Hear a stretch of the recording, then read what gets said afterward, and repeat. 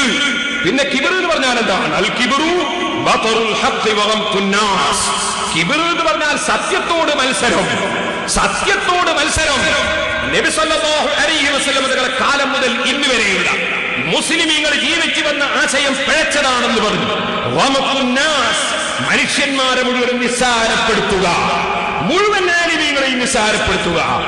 എന്നിട്ട് ഇതാ ആ നിസ്സാരപ്പെടുത്തുന്നതോടുകൂടി തന്നെ സത്യത്തോട് മത്സരിക്കുക. അതാണ് കിബ്റിന്റെ ലക്ഷണം നബി സല്ലല്ലാഹു അലൈഹി വസല്ലം പറഞ്ഞത്. എന്റെ മാന്യ മുസ്ലിമീങ്ങൾ മനസ്സിലാക്കണം, മനുഷ്യന്റെ മനസ്സിലുള്ള കിബ്ർ അത് നോക്കിക്കാണുന്ന ആളായിരുന്നു ബഹുമാനപ്പെട്ട ഗൗസുൽ ആലം മുഹീദ്ദീൻ അബ്ദുൽ ഖാദിർ ജീലാനി. മൗലവി കിതാബ് ഓതി പഠിക്കാത്തതിന് നാദാപുരത്ത് വന്ന് വിവരക്കേട് വിളമ്പണോ മൗലവി? എന്റെ മാന്യ മുസ്ലിം സഹോദരന്മാരെ, നിങ്ങളറിയോ, നിങ്ങൾ കേട്ടിട്ടുണ്ടോ ഹാഫിദുൽ ദഹബി? ആ ഹാഫിദുൽ ദഹബിയെ എല്ലാ മുജാഹിദും ഉദ്ധരിക്കുന്ന പണ്ഡിതരല്ലേ ഹാഫിദുൽ ദഹബി.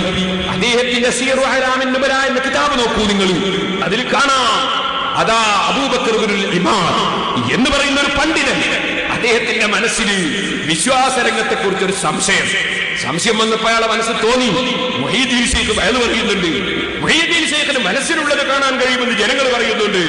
അതുകൊണ്ട് എന്റെ സംശയത്തോടെ ഞാനൊന്ന് മഹാനവറുകളുടെ സദസ്സിൽ പോയാലോ? മഹാനായ അബൂബക്കർ ഇബ്നുൽ ഇമാദ് സദസ്സിലേക്ക് വന്നു.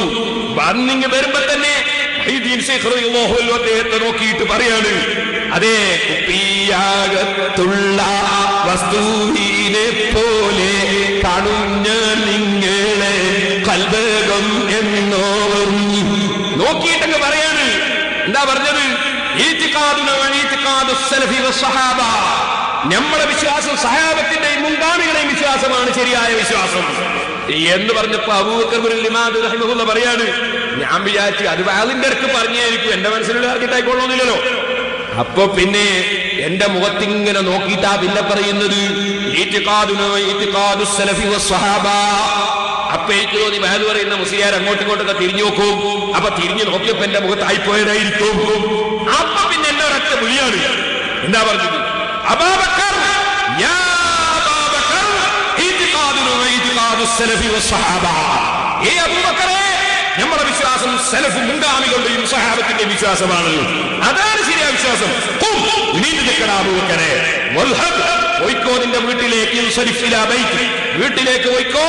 അത് നിന്റെ ബാപ്പ കുറെ കാലായില്ലേ പോയിട്ട്, ഇപ്പം വന്നിട്ടുണ്ട്, ചെന്ന് നോക്കി ഞാൻ പറഞ്ഞ പോലെ ഇല്ലേ, കണ്ണിൽ കാണാത്തതും പിന്നെ കൽബകത്തുള്ളതും കൺകൊണ്ട് കണ്ടപോൽ കടി പറഞ്ഞോവർ. ലോക പ്രശസ്ത പണ്ഡിതനും നിരൂപകനുമായ ഹാഫിദുൽ ദഹബി അദ്ദേഹത്തിന്റെ സീറു അഅ്ലാമിൻ നുബല എന്ന കിതാബിൽ ഈ ചരിത്രം രേഖപ്പെടുത്തുകയാണ്. ഈ മൗലവിക്ക് കിതാബ് അറിയോ? ചരിത്രമറിയോ? മുഹീദ്ദീൻ ശൈഖിനെ അറിയോ? എന്തെങ്കിലും പഠിച്ചിട്ടാണോ വിളമ്പാൻ നടക്കുന്നത്? ഓ സഹോദരന്മാരെ, ഞാൻ പറഞ്ഞു വരുന്നത് മുഹീദ്ദീൻ ശൈഖ് റളിയല്ലാഹു അൻഹുവിനെ സംബന്ധിച്ച് കുപ്പിയാകത്തുള്ള വസ്തുവിനെ പോലെ കാണുന്ന നിങ്ങളെ കൽബകം എന്നോവർ എന്ന് ചരിത്രപരമായ ഈ സത്യം ഖാദി മുഹമ്മദ് റഹ്മത്തുള്ളാഹി അലൈഹി നൂറ്റാണ്ടുകൾക്ക് മുമ്പ് എഴുതി വെച്ചിട്ട് സൈനുദ്ദീൻ മഖ്ദൂം റളിയല്ലാഹു അൻഹുവിന്റെ കാലം മുതൽ ഇക്കാലം വരെ ഇക്കണ്ട പണ്ഡിതന്മാരെ മുഴുവനും മുഹീദ്ദീൻമാനെ ചൊല്ലിയിട്ട് അത് ശിർക്കാണെന്ന് കണ്ടുപിടിച്ചില്ല. ഈ സലഫി പുതിയ വാദം കണ്ടുപിടിക്കുകയാണ്.